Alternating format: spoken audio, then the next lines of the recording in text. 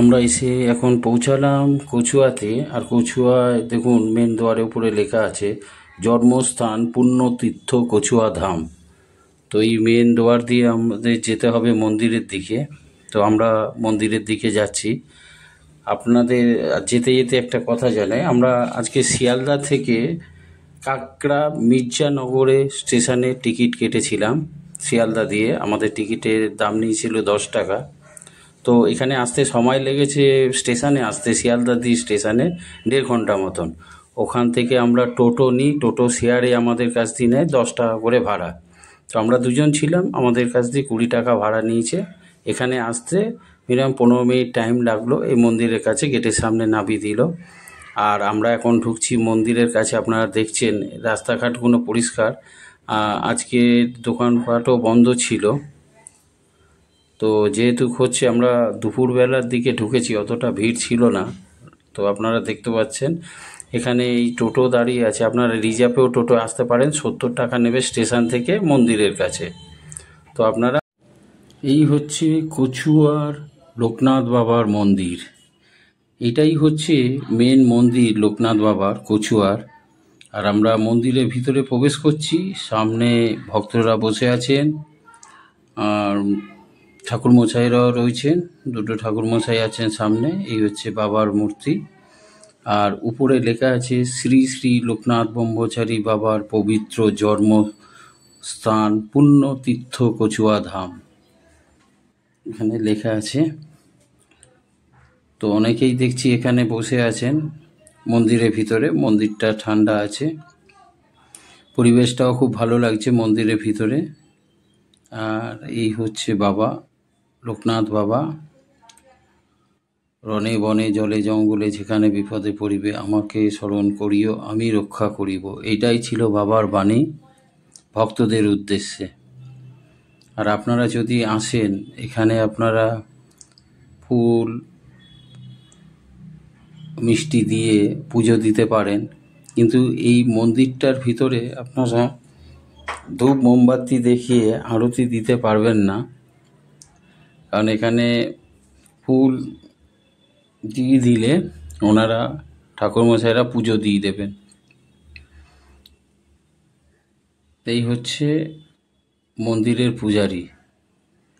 এখানেই আপনাদের পুজো দিলে এখানেই দিতে হবে। এবং এই দেখছেন লোকনাথ বাবার মূর্তিটা, খুব সুন্দর লাগছে মন্দিরের ভিতরটা। আপনারা যদি আসেন এই মন্দিরটা খুব ভালো লাগবে আপনাদের। এটা হচ্ছে কচুয়ার মন্দির। আর এই হচ্ছে মন্দিরের ভিতরে দেখুন, এখানে এসে বসে বিশ্রামও নিতে পারবেন। এই মন্দিরের ভিতরে একটা ফ্যানও লাগানো আছে।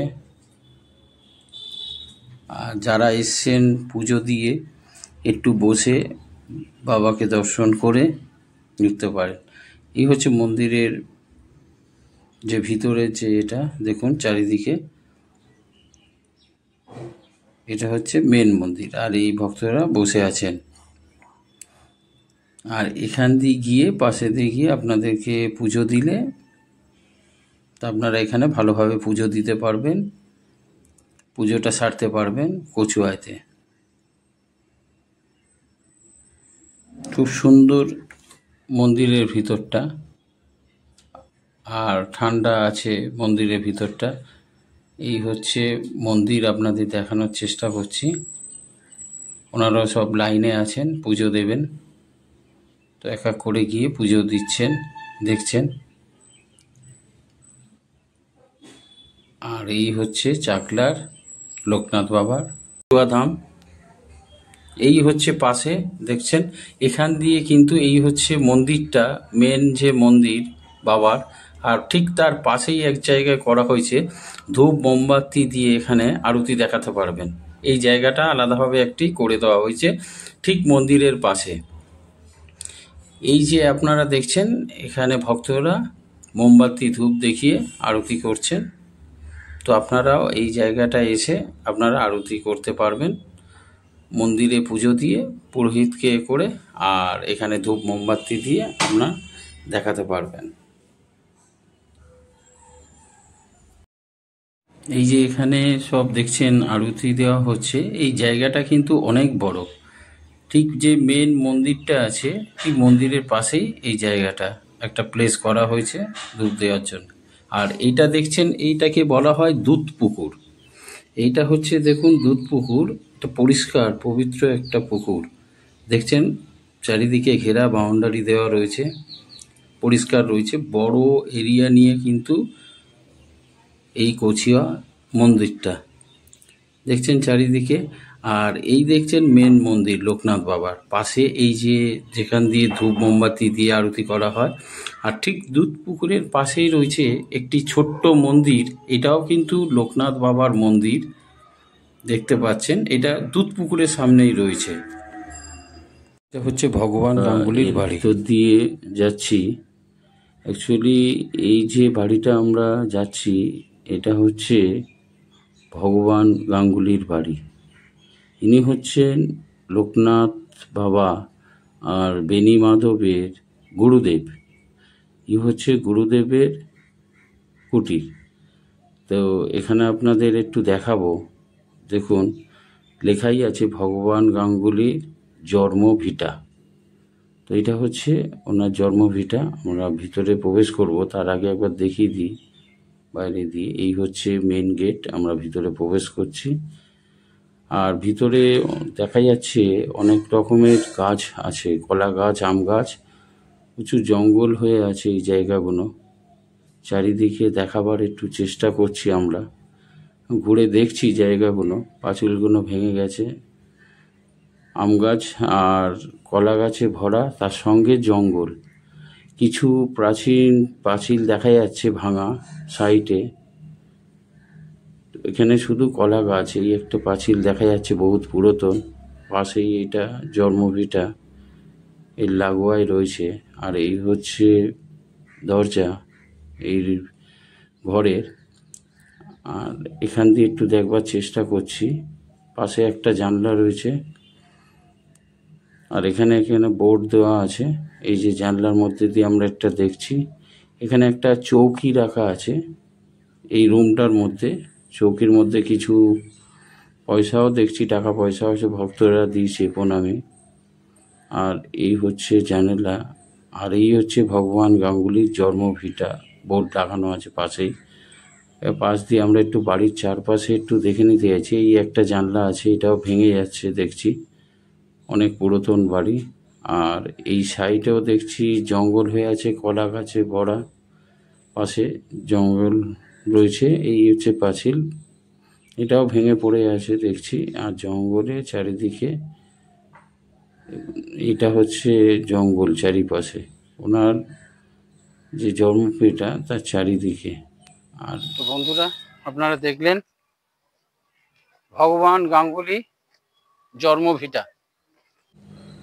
আর এই ঠিক রাস্তার অপোজিটে আমরা এখন ঢুকবো বেনি মাধবের কুটিরের দিকে। তো এই হচ্ছে প্রবেশদ্বার, এর মধ্যে দিয়ে আমরা এখন যাচ্ছি বেনি মাধবের বাসস্থানের দিকে। এই গলিটা দিয়ে আপনারা বাঁ দিকে দেখছেন, এই এরিয়াগুলো মূলত দেখছি কলা গাছে ভর্তি। এই জায়গাটাও পাশে বাঁদিকে জঙ্গল হয়ে রয়েছে। আর পাশ দিয়ে ছোট রাস্তা একটা বেরিয়ে গেছে। এই দেখুন, এই একটা ঘেরা একটা মাঠ বাঁদিকে। আর ডান দিকে বাড়িগুলো রয়েছে, আমার ঠিক ডান দিকে একটা পুকুর। আর ঠিক পুকুরের পাশে মানে অপোজিটেই রয়েছে বেনি মাধবের, এই হচ্ছে পুকুরটা, খুব সুন্দর পুকুর। আর এই হচ্ছে বেনি মাধবের বাসস্থান। এই হচ্ছে বেনি মাধবের কুটির, আপনারা দেখতে পাচ্ছেন। এই কুটিরেই থাকতেন বেনি মাধব। বেনি মাধব হচ্ছেন লোকনাথ বাবার বাল্যকালের বন্ধু, যারা একসঙ্গেই ধ্যান করেছেন এবং দেশ বিদেশ ভ্রমণ করেছেন। এই যে দেখতে পাচ্ছেন লেখা আছে বেনি মাধব বন্দ্যোপাধ্যায় জন্মভিটা।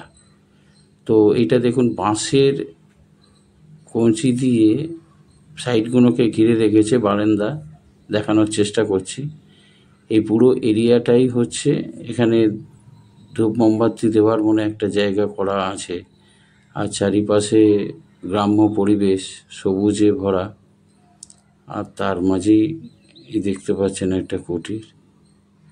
এটা মূলত বাঁশ দিয়েই করা, আর এই সাইডগুলো দেখানোর চেষ্টা করছি একটু। এটা হচ্ছে বাউন্ডারি দেওয়া, এই হচ্ছে কুটির, উপরে টিন দেওয়া, আর চারিপাশে বাঁশের যে কঞ্চি হয় সেইগুলোকে দিয়ে করে দেওয়া।